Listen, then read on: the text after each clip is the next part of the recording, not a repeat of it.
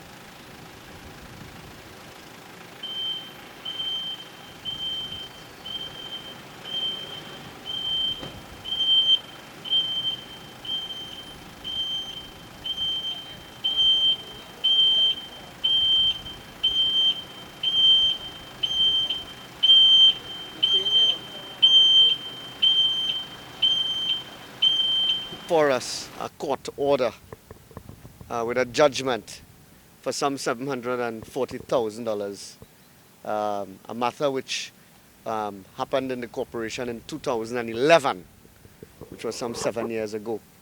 And the employee took action. The insurance did not kick in because of an administrative error on the part of someone who did not report in a timely manner the insurance. And there was some back and forth with the legal department and the PIRO department and other departments. And the matter went to court and it was settled last year. And we got the judgment order. Our budget for legal fees is in and about 50,000. This was an order for 740,000, so we could not have paid it from that vote.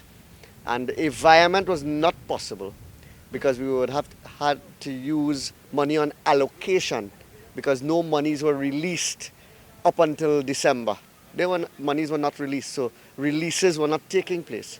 So we went to the ministry, they said, find the money within. There was no money on releases, so we could not have paid. What we did offer the litigant is a part payment of $100,000 and monthly installments, which they refused and had no discussions about. That left us in a place where we simply could not have paid, except if the ministry had intervened or we had been given some special release for this money. And that is when we began to look at our unspent balances, and we commissioned a study of the unspent balances sometime in March. And as we got the results, it seemed as if we had $4 million. And we said we will put some of that money to pay the full cost. It was 2 weeks after we took that decision that we were levied upon. And this was not our choice except to cooperate and to ensure that there was law and order and full compliance, which we did. But we said we would not waste a minute fighting back for our equipment. And since then to now, we've been fighting day and night, working with the ministry, moving the requisite resolutions, motions, and talking to the permanent secretary, the CEO, the minister, to ensure that this day comes. And this day has come. It has come from hard work.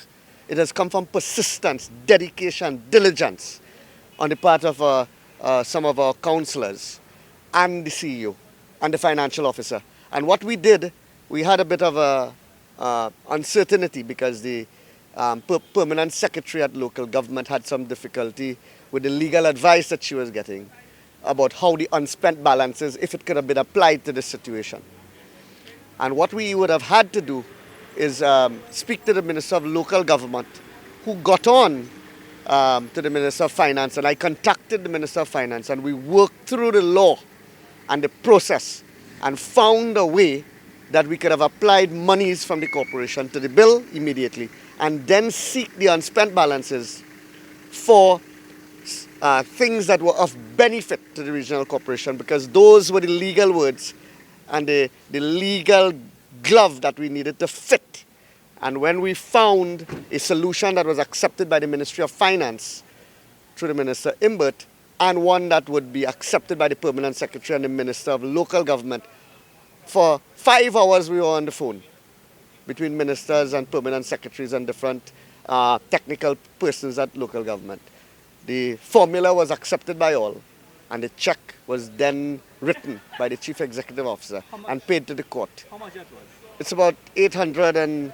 So is it full amount was paid? It's full and final settlement of this bill. And can I say more vehicles coming. that we intend to commission a comprehensive investigation into this matter, that is the Nero Joseph matter, to ensure that those who are caught wanting or who did not live up to their duties, administrative, legal or otherwise, shall be held accountable. Further, that the Ministry of Local Government, we make a recommendation to them to set up a 3-member team to oversee the investigation so that there is neutrality, impartiality and guidance in this investigation to ensure that we retrieve monies back from the insurance, whether we have to go to court and look at that matter, and also that those who were wanting in their duties and responsibilities are held culpable in this matter. So Dr. Amara, how you feel today that how did they... My heart is filled and my cup runneth over. And how did you all cope within the last... The question is how I felt that day. I was really feeling helpless because we were trying our best to settle. The instruments that we had to pay did not match what they wanted full payment. We could have negotiated a payment, but they were not entering into those discussions. And we are guided by the rigidity of the Exchequer and Audit Act, which is a very serious act which makes allowances for you not crossing the limits of your budget and special permissions to be given from the ministry to spend money in a particular way. And CEOs do not spend outside of the Exchequer and Audit Act. How did this affect your operation? Well, we immediately kicked into gear. We had a water tender. We got the other one that was down working. We got other vehicles up. It did not affect our operation. We did not allow it to. In fact, we used more and got more out of less in these difficult times because we motivated the employees. We told them, hold the faith. The equipment will come back. Let us make do, let us repair, let us maintain what we have, and let us go twice the amount of times that we have to go out to the public and serve. Give us this period. They have given us that, and I want to thank the drivers. I want to thank the drivers and the whole mechanical division. They rose to the challenge. Okay, how long was this seizure? I believe it's about 35 days now that this has happened. And I also have to thank the Almighty because this was a very sad day for us 35 days ago. And today we are very gratified and humbled by the fact that things have worked out, by the team sticking the course and seeking all the options that they had to get help and getting that help. How many vehicles were? There were 5 vehicles that were taken. So they've all been used. And you would recall what was most hurtful is that this water tender was lifted on to another vehicle. It was not even driven off. They lifted, and it was very sad to see because this is a vehicle that really is important to the rural communities. As I said, we got another water tender up and we cooperated with WASA to ensure that no one suffered. I got no reviews that anyone suffered because of this, because the staff rose to the challenge and we set about ensuring that we attend to every need of the Burgesses with respect to vehicles. Are these council members? This is Alderman Dinesh Sankar Singh for the record, and Councillor Dudnat Miru. That's Inspector Bridge Mohan, Municipal Police. All right. Let us just